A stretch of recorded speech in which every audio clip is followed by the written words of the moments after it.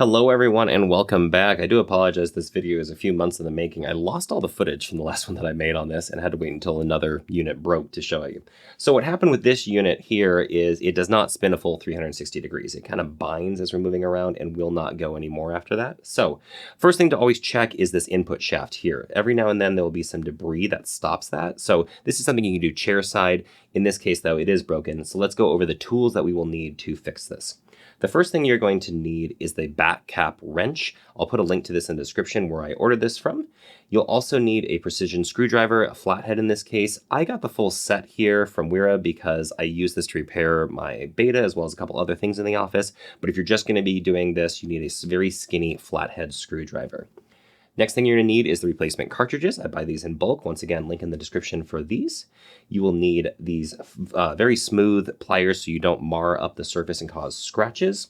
And then finally, I always recommend having some Q-tips around in case there's any debris or anything else that you need to clean out. Q-tips work great for this.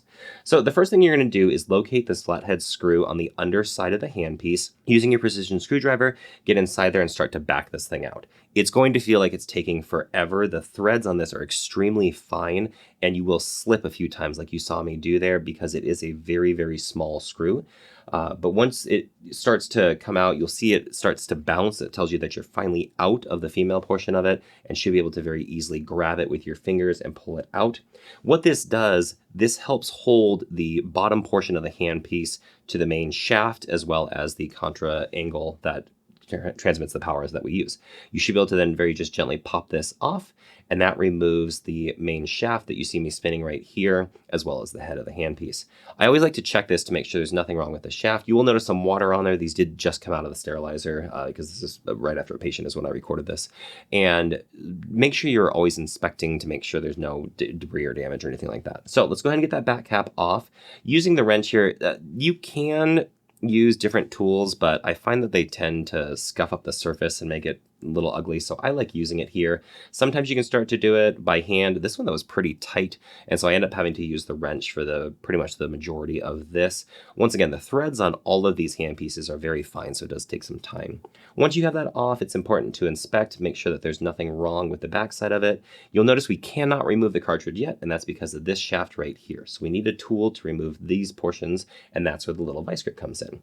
First though, let's go ahead and inspect that back cap. You can see there's some debris inside there. That's where the Q-tip comes in handy. Just clean that off because you don't want to have any excess debris inside your brand new cartridge when you start running it. And this is how those vice grips work. Go ahead and hold those in place, start to slowly rotate it, and you'll see it snap here as it loosens up. Now, these are actually held in a lot tighter than you think they would be. So it does take a little bit more force. Once you've removed that though, make sure that this shaft looks good, that you can spin it, that there's nothing wrong with it, the bearings and teeth all look good, and then it's important to inspect the head to make sure those O-rings are still intact and there's nothing wrong. Now, how to remove this, I find it easy just to take a random burr, in this case it was that brownie, pop it loose, and it usually, if the cartridge isn't damaged, it comes loose very freely. In this case though, you can see it is stuck inside there, which is probably why it was having these issues in the first place. So there's a few different ways to handle this, but what I like to use is the dummy burr that comes with the replacement cartridges, so I have to get that out first. So using my trusty knife, in this case it is a Benchmade, to pop this bad boy open. I do like knives. Go ahead and remove the cartridge, and if you need to, I have a bunch of these just lying around. I just didn't have them in the room when I was making this video. But this makes it a lot easier to replace. Put it inside here and then push this against something hard. I did this off camera, and that's how you get that whole piece loose. Now you can see that back end is not where it should be. The cartridge is no longer holding together. Compare that with this new one where it's not really moving at all, and that's what we want to see, where there's no motion as I push through there. So we're going to go ahead and reinstall this now.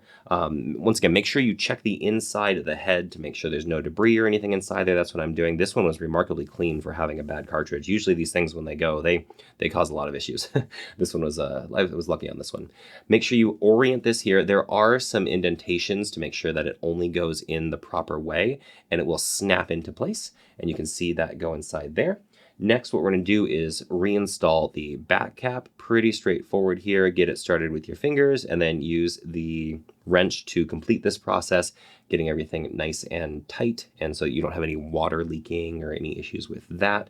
You can see it's a little bit difficult sometimes to get it started with your hands. Once you get it inside there, then I like to use the wrench to do the rest of it here. Depending on the handpiece, that I find that the air high speeds are pretty easy to do by hand, and then you just use the tool to tighten at the end. These electrics, for some reason, I think it's that it's a finer threading on there. It does take a little bit more work to get these on and get them all cleaned off, or get them inside there. And that's what I was going to. You can tell my brain's working great today. I'm a little sick, so sorry for the Barry White voice. But the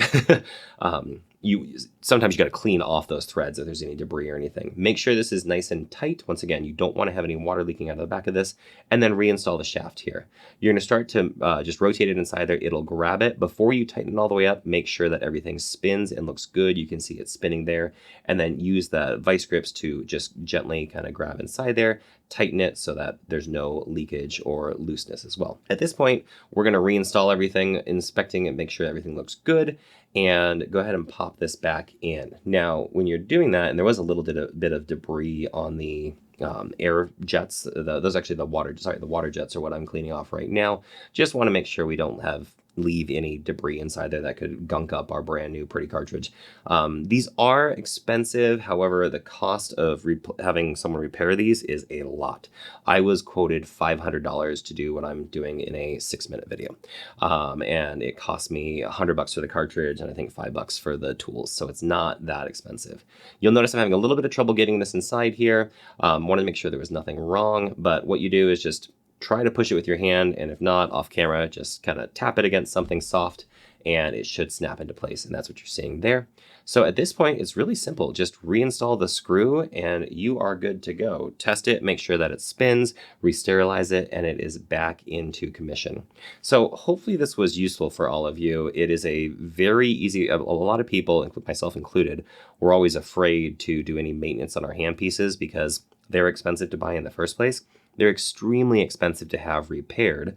And if you've never done this, it is very easy to just do in between patients and saves you a ton of money and, most importantly, downtime. This handpiece was out of commission for maybe an hour because we had to re-sterilize it so that it wasn't gunky when I cleaned it out, and then re-sterilize it again, and it is back in use already on patients. So hopefully that was all useful for everybody. If you have any questions, drop them below. As always, thank you so much for watching, and I will talk to you all next time.